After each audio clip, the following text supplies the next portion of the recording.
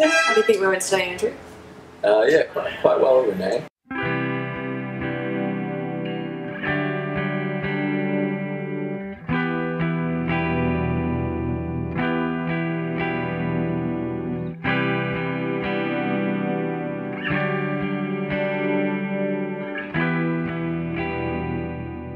So I remember hearing some of the original ideas that Sean had for Wanderlust, and at first it was just the instrumental parts.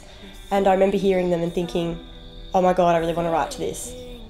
And so I spent a little bit of time with these lyrics that I was working on at the time, and I just recorded the idea that I had at home with the vocal harmonies, and then I sent it through to the rest of the band. And I think at that point in time, when I realised that everyone was really keen on it and they gave me this really great response, I was just so excited to see what we could all do together as a band and where we could take it from just this idea into, I suppose, what it is now.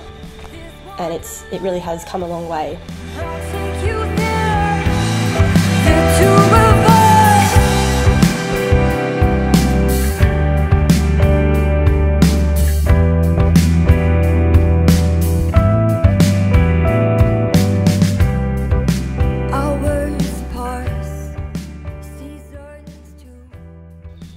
The song definitely changed a fair bit once we got into the studio.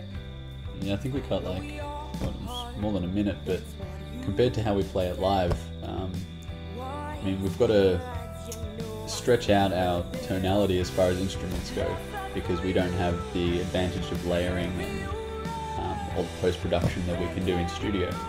So when we're playing live, we had to fill it out a bit more, but in studio we could really create the sort of sound that we were aiming for, which for us was something we hadn't experienced, and it was definitely something we thoroughly enjoyed.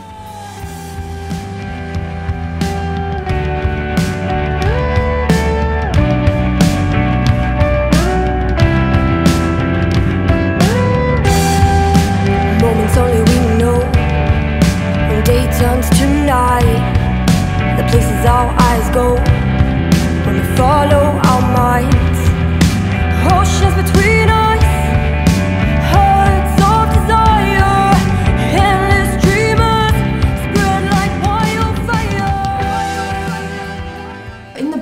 We really wanted to, well, I wanted to complement the instruments as much as we could. So Alana's sort of got this awesome thing that works, and originally we were just smashing out cymbals and it just wasn't really working with the rest of the track. So we stripped it back, brought some toms in, and I think that sounded really good in the end.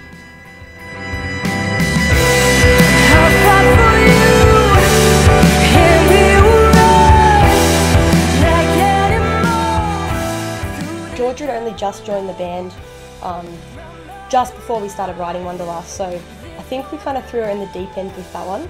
We're just like, oh, this is this song, we just started up. Can you write a solo for this whole part? And those guitar tones in the solo, they're something else. She's got a wicked setup for effects. Her pedal board is just chock-a-block full of everything you can imagine.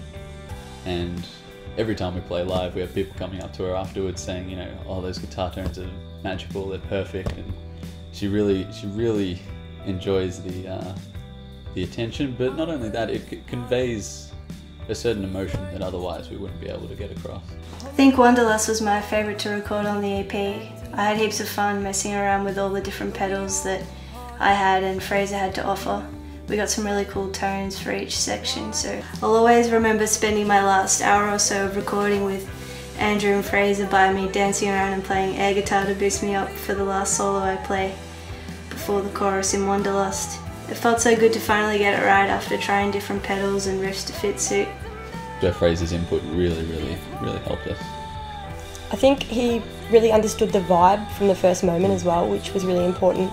Heading into the studio, especially being a debut EP, you don't always expect everyone to be on the same level, I guess, with where the song's going and the feel of the song. And from the moment that I first spoke with Fraser, he actually said that Wanderlust stood out to him, and that was before we actually began working on the songs, and he just really understood the feel of Wanderlust from the beginning, which I think really helped to drive it into what it is.